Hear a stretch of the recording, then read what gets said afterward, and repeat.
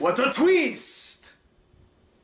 Well, actually, if you saw the ending to Split and saw David Dunn in that diner, you kind of knew this was coming. I mean, you could see it from a mile away. There's no way that they were going to do that one scene and not do something with it, not build off of it. Come on, that would just be messed up. Anyways, hey guys, the Black Critic Guy just got off work.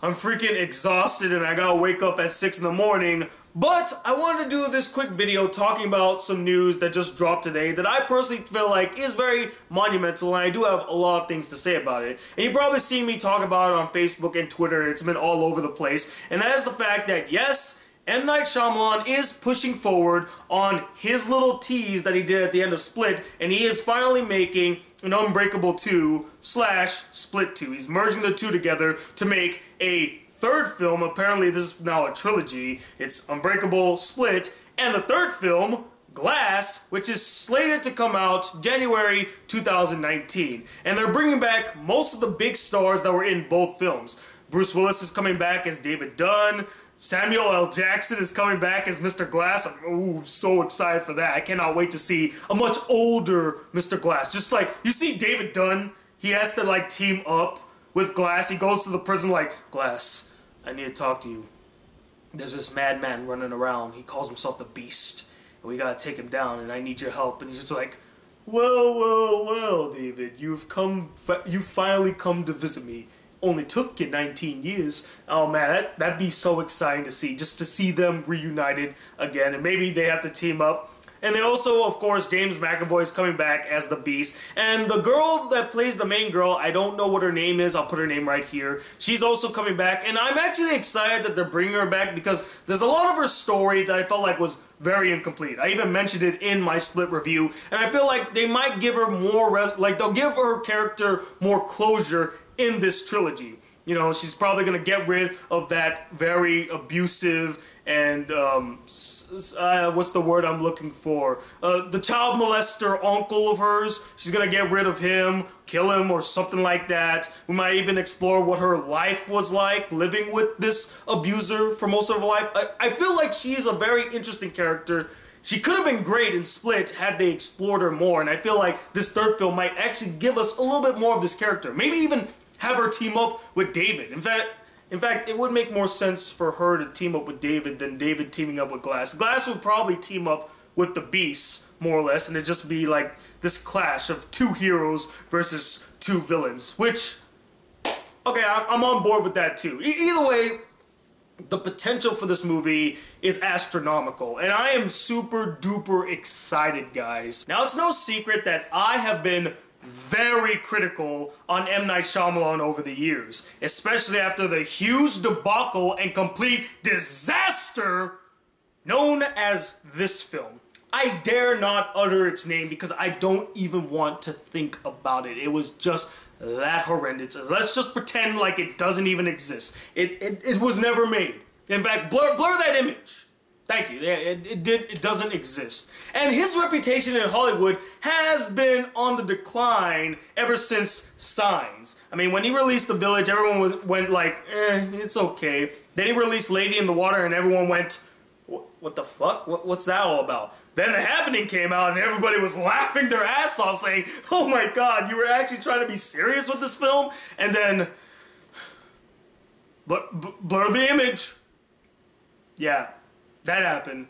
And it didn't help that he followed it up with After Earth, which everyone also laughed at and was just like, wow, what a piece of shit sci-fi film. And it just looked like he was never going to bounce back. He was never going to make another great film in his life. But then, in an interesting turn of events, he switched gears and started focusing on projects that made him famous to begin with. Low-budget horror films. And he released The Visit in 2015, which was pretty mixed, but a lot of people gave it positive ratings, and a lot of people actually enjoyed the film. Now, I personally have not seen the film. I don't want to see the film. It just doesn't look interesting to me. I feel like it still has a lot of those Shyamalan hallmarks that I do not like, but I'm not the end-all be-all opinion when it comes to that film. I mean, I say that in every review I do, guys, because that is the truth. I am not the final decision when it comes to films that people like. everybody else will make that assumption. And so far, a lot of people enjoyed The Visit. And who am I to say that you can't enjoy The Visit or that The Visit wasn't a solid film? People enjoyed it, and that's fine. And he got a lot of traction from that film, which allowed him to make Split, which is probably his most successful film and most critically acclaimed film since Signs. And as much as I do loathe the guy, I am happy that he is kind of going through this resurgence, this 180, this Shyamalan sans, I don't know how to say it, but basically he's coming back. He's having his own renaissance and people are starting to like him again. And you know what? I can respect that. I'm happy that he found his niche again and people are starting to like him again. I mean, it does suck to get so much hate. And you know, recently I kind of got a M. Night Shyamalan treatment when it came to some of my reviews and how people didn't like what I had to say. And I started realizing that, yeah, you know what? It does suck when a bunch of people are just hating on you constantly and the world has turned its back against you. You feel like a loser. You feel incomplete. You feel like a failure. And I'm guessing that's what M. Night has been feeling over the years. People have just been shooting his films down constantly. And now suddenly he's starting to get a lot of praise for his films and he's starting to get excited, energized, revigorated, and wants to make more films. As much as I may not like his films right now, who am I to deny his success? I applaud his success, even though I may not like the films that he's been making so far. But I am really excited to see Glass. If you want to see a real twist, I'm actually looking forward to Glass. What? Tony's looking forward to an M. Night Shyamalan film? Say it isn't so! Yeah, I mean, again, if you don't know already, Unbreakable is my favorite M. Night Shyamalan film. I own the freaking DVD. In fact, I went out of my way to find this DVD because that's how much I liked it. In fact, I would go as far to say that it is one of my favorite superhero films. I mean, it has great writing, great direction, great acting, and one of the best cinematic twists I have ever seen in a film. Like, the twist in this film is incredible. And it was built up so beautifully, too. So beautifully. You did not even expect it. That is the M. Night Shyamalan I missed.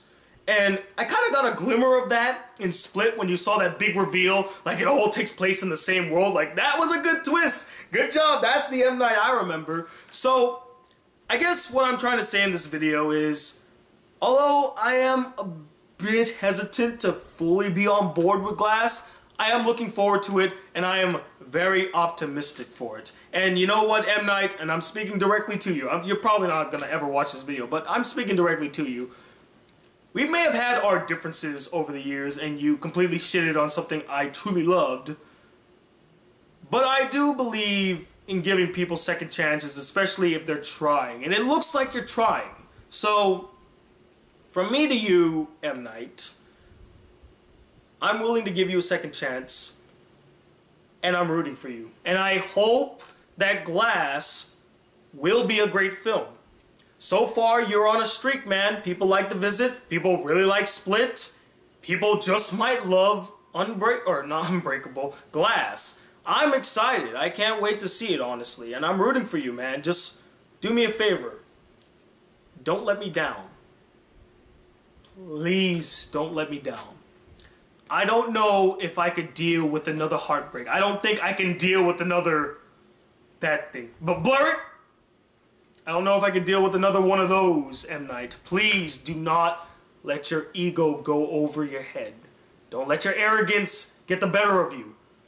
Actually craft a solid story with great characters. And I think if there's one complaint that I had about the original Unbreakable, there wasn't a lot of action scenes. Now, it wasn't really an action-oriented superhero film.